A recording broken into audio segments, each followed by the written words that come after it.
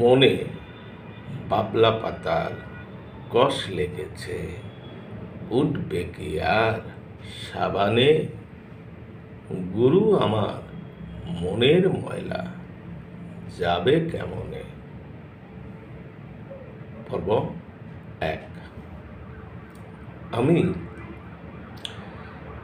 বাংলার প্রাচীন ঐতিহ্যবাহী এই মরমী যে গানটি আছে, এই অংশের আমি আমার জ্ঞান থেকে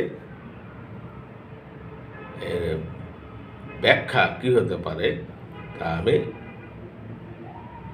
স্বল্প আকারে খণ্ড মধ্যে উপস্থাপন করব। আজকে প্রথম পর্ব।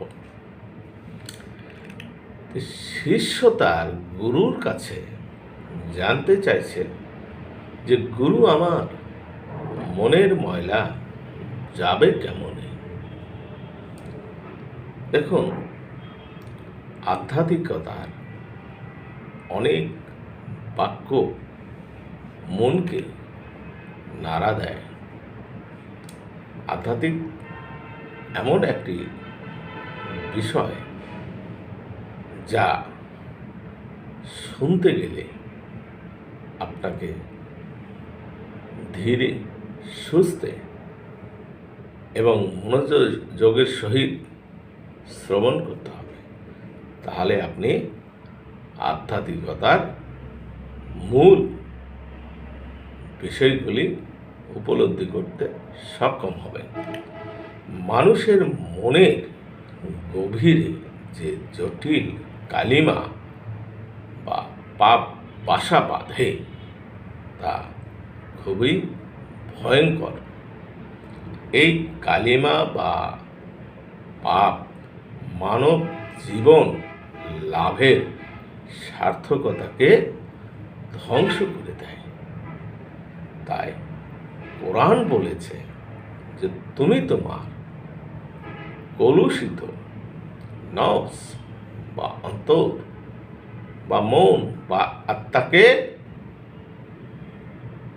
কলুষিত কালিমা বা পাপ থেকে পরিশুদ্ধ করো। যেমন সূরা আল শামস আয়াত 9-তে বলা হয়েছে, কাদ আফলাহা মান যাক্কাহা, অর্থাৎ যে নিজেকে পরিশুদ্ধ করেছে সেই সফল কাম হয়েছে।